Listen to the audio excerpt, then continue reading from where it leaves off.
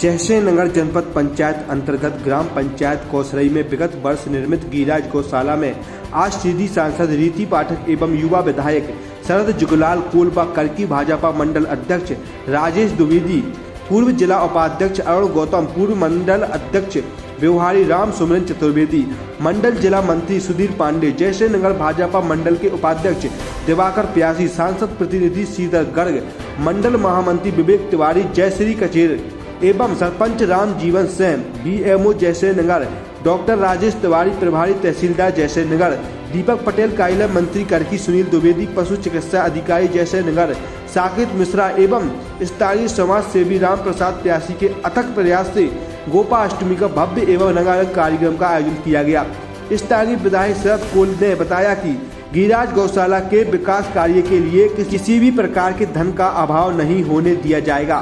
मंच पर सांसद ने भी उपस्थित लोगों को अपने संबोधन के दौरान बताया कि इस कोविड-19 के दौरान सरकार द्वारा प्रदान किए जाने वाली सांसद निधि को कोविड महामारी के रोकथाम हेतु व्यय कर दिया गया है, लेकिन जब भी आम जन के कल्याणकारी योजनाओं के संदर्भ में जानकारी होगी, वित्तीय संसाधन जुटाकर जन कल्याणकारी योजनाओं को सुचारू रूप से संचालन करने में कोई कोर कसर नहीं छोड़ेंगे। हालांकि मंच से श्री क्षेत्रीय विधायक शरद जुगलाल कोल जी ने ग्राम वासियों को कई सौगात प्रदान की।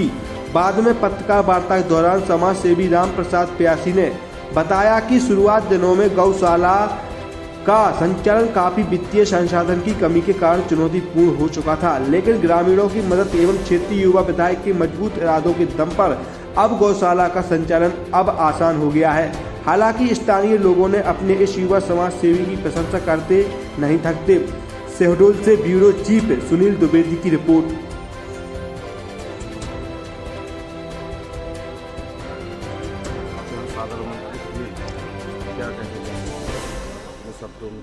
बड़ी आत्मा को खुशी होती है ऐसे कार्यक्रमों में जाकर जहां आस्था का विषय होता है, लोगों के साथ जो है मेल मुलाकात होती है। और ऐसे पवित्र स्थान पर माननीय सांसद महोदय के साथ मुझे आने का अवसर मिला।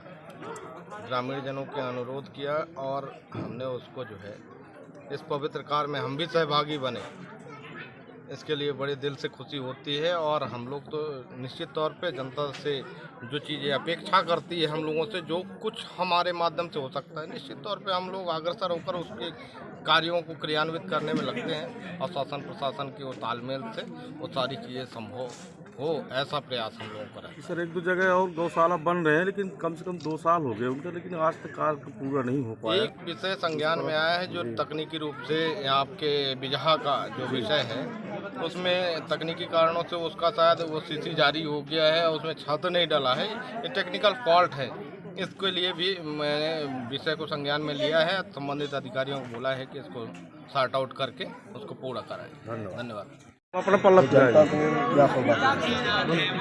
क्या सौगात हम क्या देंगे, हम तो खुद ईश्वर के सौगात पर निर्भर हैं और हमारे प्रदेश सरकार और केंद्र सरकार के माध्यम से जो भी योजनाएं यहाँ पर चल रही हैं हम सब देख रहे हैं कि प्रशासनिक स्तर पर वो इम्प्लीमेंट हो रही है।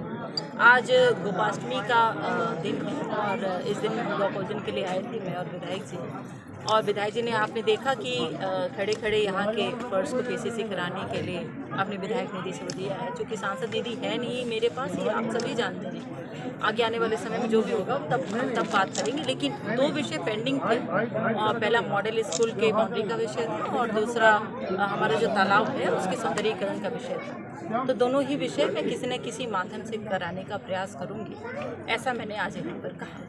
नहीं, एक चीज़ और यहाँ पे मांग की गई है गौशाला में कि सौर ऊर्जा की व्यवस्था यहाँ करा दी जाए ताकि लाइट की व्यवस्था यहाँ सही सुचारू रूप से रहती है। निश्चित रूप से यदि ऐसी मांग है, जो कि अभी सामने तो आई नहीं, जो कि हमारे देश में प्रधानमंत्री जी का एक उद्देश्य है कि हमारा देश सौर ऊर्जा पर आधारित होकर जो ऊर्जा का वो है क्रियान्वयन करें, चाहे वो बड़ी बड़ी इंडस्ट्रीज हों या इंफ्रास्ट्रक्चर्स हों, इन सभी में सौर ऊर्जा को प्राथमिकता अब दी जा रही है। आगे आने वाले मॉडल स्कूल का यदि ऐसी आवश्यकता है तो निश्चित रूप से गौशाला के लिए सौर ऊर्जा की व्यवस्था। ये मॉडल स्कूल का 1 साल पहले भी प्रस्ताव रखा गया था कि बाउंड्री वाल आखिर वो पेंडिंग क्यों रहा? आपने देखा कि कोविड में आपको ये याद करके इस प्रश्न को पूछना चाहिए कि 1.5 साल का समय कोविड का जब दूसरा चरण आया तो डीमएफ का सारा फंड हमने कोविड की व्यवस्थाओं में उस कोई फंड को अनुमति लेकर लगाया था। इसलिए हमारे पास कोविड के कोई भी विकास कार्य है तो रोड नाली बिजली पानी इस कार्य है तो हमने कोविड के फंड को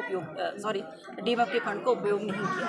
अब आगे आने वाले समय में सब कुछ ठीक रहा, ईश्वर की कृपा से इस क्षेत्र पर इस प्रकृति पर उनकी कृपा बनी रही तो निश्चित रूप से विकास कार्यों में हमारे डीएम का फंड लगेगा। Thank you. विधायक पर्व है। इसमें मध्य प्रदेश शासन के जो गौ पालन बोर्ड है और अपना गौ संवर्धन बोर्ड भोपाल के द्वारा भी निर्देश प्राप्त हुए शासन स्तर से कि हर गौशालाओं में क्रियाशील गौशालाओं में गौ पूजन का आयोजन करना है, जिसमें गौ संगोष्ठी भी हो, जिससे लोग जो गौ माताओं को आयरा प्रथा के माध्यम से छोड़ देते हैं और पन्नी उन्नी खाती हैं, रोडों में घूमती फिरती रहती हैं, उसके वजह से गौशालाओं में गौ माता को एकत्रित करके उनका गौ पूजन के माध्यम से गौ से संवर्धन से संबंधित लोगों में जागरूकता लाना है कि गौ माता जो है हमारी सृष्टि का आधार रहा है और उसका सदैव हमें अनुकरण करना चाहिए। इसी संस्कृति को पुनरुत्थान करने के लिए गौ पूजन का आयोजन इस गोपाष्टमी पावन अवसर पर। अभी गौशाला में कितने गौ हैं? वर्तमान में सभी छोटे बड़े मिला के गौशाला परिसर में 107 नंग गौवंश हैं, जिनका वर्षा सहायता समूह के माध्यम से और मैं स्वयं गौ सेवक के रूप में काम करते हुए हम लोग सतत सेवा का कार्य करते हैं। जब आपने शुरुआत किया था तब कितनी गाय किया था? हम जब शुरुआत किए थे पिछले बार आप सब लोग साक्षी थे, मीडिया के, प्रिंट इलेक्ट्रॉनिक मीडिया के सभी लोग आप लोग थे, जिसमें हम जानते हैं आप लोग कि 4 गौ माताओं से हमने शुभारंभ किया था, जिसमें बीच में 9 फरवरी सन 2021 को एसपी महोदय जी के निर्देश पर 126 नंग बैल अवैध पशु तस्कर अधिनियम के तहत पकड़े गए थे, जो कोर्ट के आदेश से 2 अगस्त को यहाँ से छूट के गए हैं। इसके बाद हमारे गौशाला में अनवरत रूप से आज वर्तमान में 100 से ऊपर ही गौवंश बने हुए हैं। तो जैसे प्यासी जी एक चीज़ और होता है कि समय समय पर जो वित्तीय संसाधन जुटाने में बहुत कठिनाइयाँ होती हैं, उस दरमियान फिर आप कहाँ से अरेंज करते हैं? हम वर्तमान में आपसे बताएं अभी तक हम आज 1 वर्ष पूर्ण हो चुके हैं। 1,95,000 रुपये शासन से हमें अनुदान प्राप्त हुआ है। उसके एवज में हमने अभी आज तक में लगभग भूसा पैरा चारा पानी मजदूरी सब मिला के 6 से 7-8 लाख रुपए तक हमने अरेंज कर चुका है, खर्च कर लिया है। और मैं व्यक्तिगत अपने स्वयं के खाते से लगभग 2.5 लाख रुपए गौशाला में लगा चुका हूँ व्यक्तिगत राशि, और कुछ हम बैंक से CCL के माध्यम से भी 2 लाख रुपए लेकर खर्च किए। ठीक है।